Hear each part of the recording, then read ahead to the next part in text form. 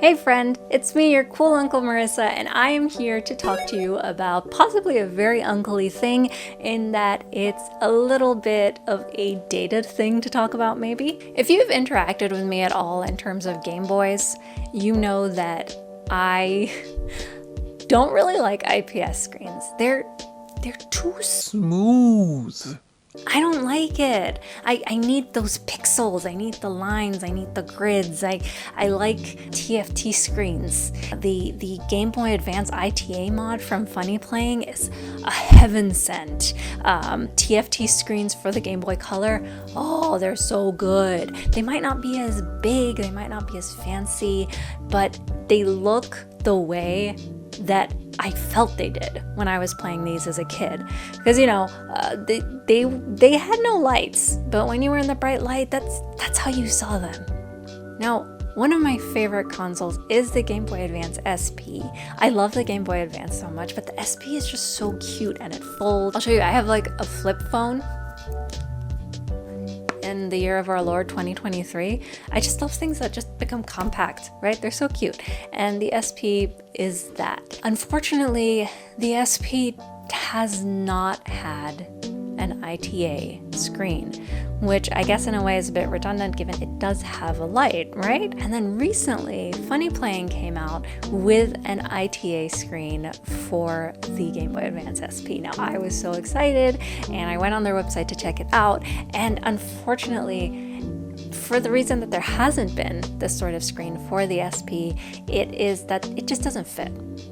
Physically, it doesn't fit. So you have to buy a specific FunnyPlaying shell for it, and SP shells can be really tricky aftermarket. There's just so many bits and pieces. Also, I really like my pearl green SP. That is my go-to. So I finally got my hands on an AGS-101.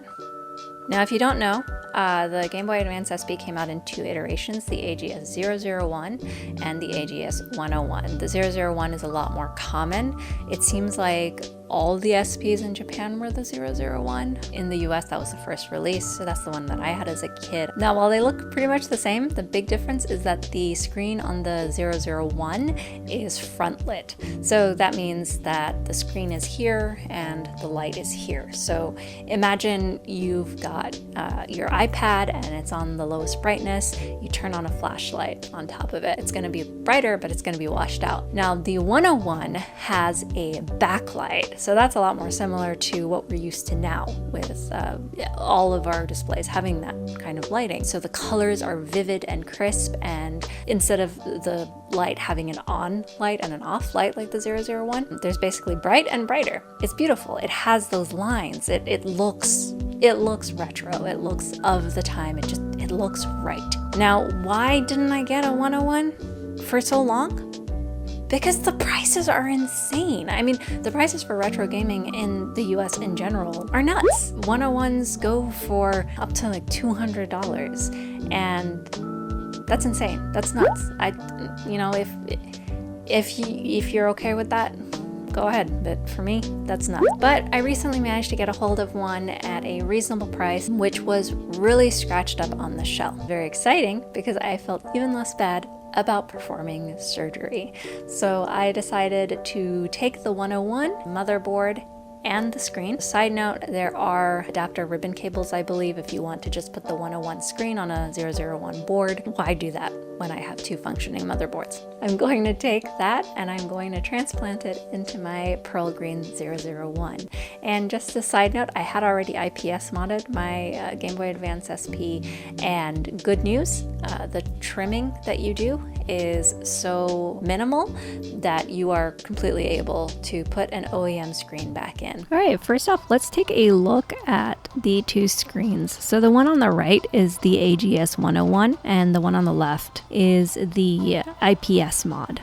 Here's a closer look. I'm going to leave this without any comment. I'd love for you to make your own decisions and form your own opinions on which one you think looks better. All right, so first off, I'm going to disassemble the AGS-101. So I'm using a Phillips screwdriver to first remove the battery.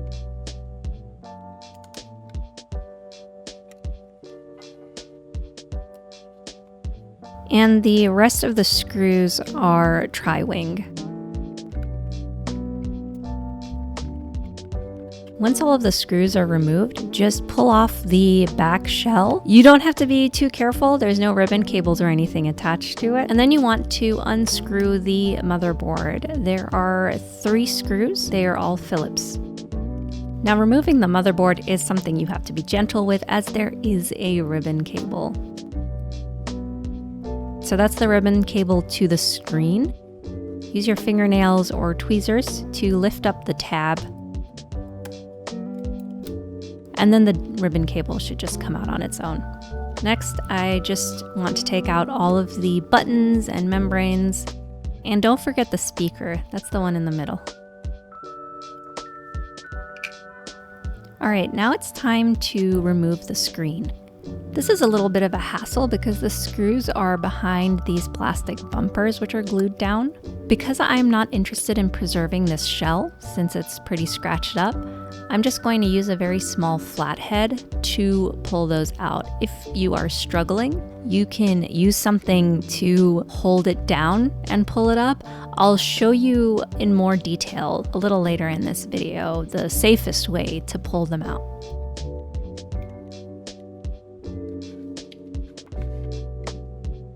And these are just Phillips screws, so shouldn't be any issue there.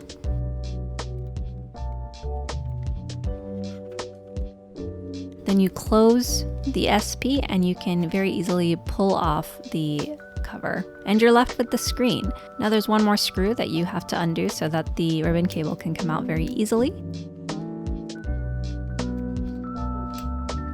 There you go. So that's on the front and it just falls out, and then the ribbon cable can come off. Then take off all of the membranes and clean the board with isopropyl alcohol. So now I'm going to take apart my pearl green SP.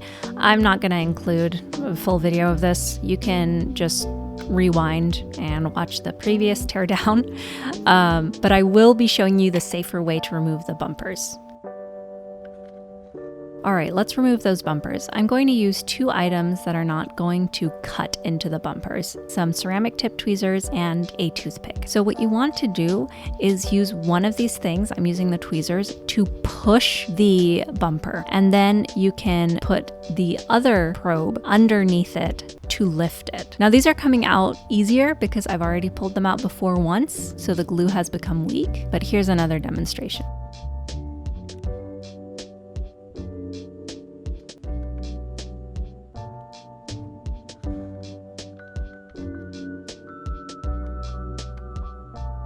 So you push forward with one probe and you lift with the other.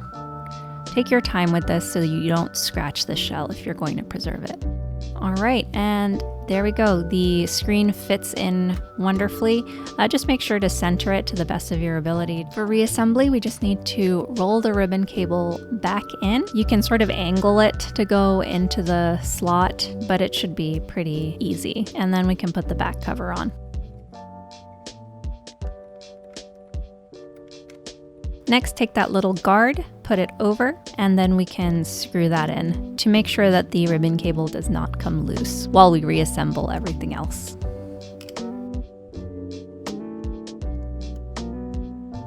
And just place those membranes and buttons back, as well as your speaker.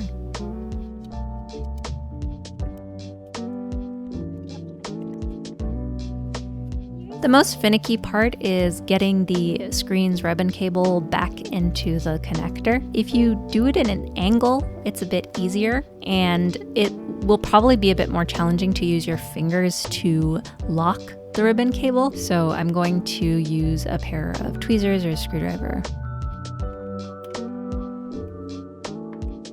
and lay it back into the shell. Before I completely button everything up, I'm going to stick the battery in there just to make sure that it turns on and there's no issues with the screen.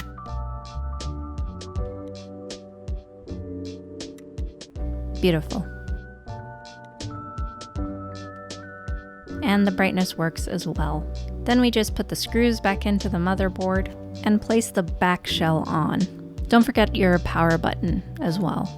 Now, something that I did not do that I would recommend is to not replace every single screw just yet, just maybe 1 or 2 for stability. That way, once we've buttoned up the top screen, we can test all of the buttons and make sure that everything is slotted into place. SP buttons can be a little difficult in that if they move a little bit, your presses won't register.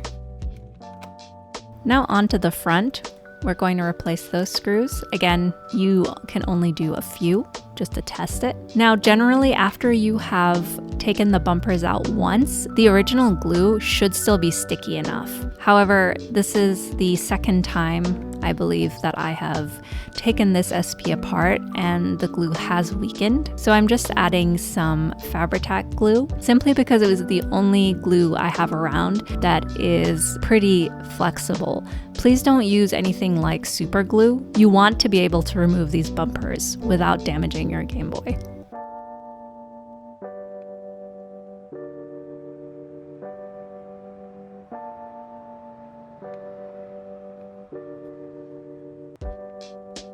All right, now to just test it with a game and to help us test the buttons.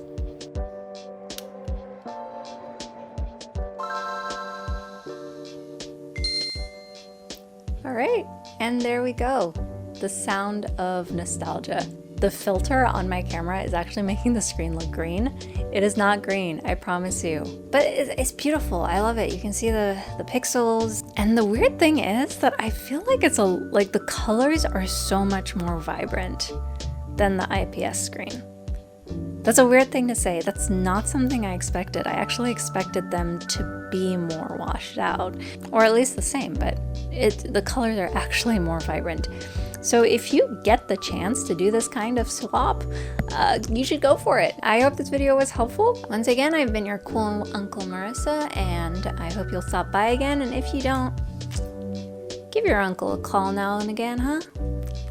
Bye-bye.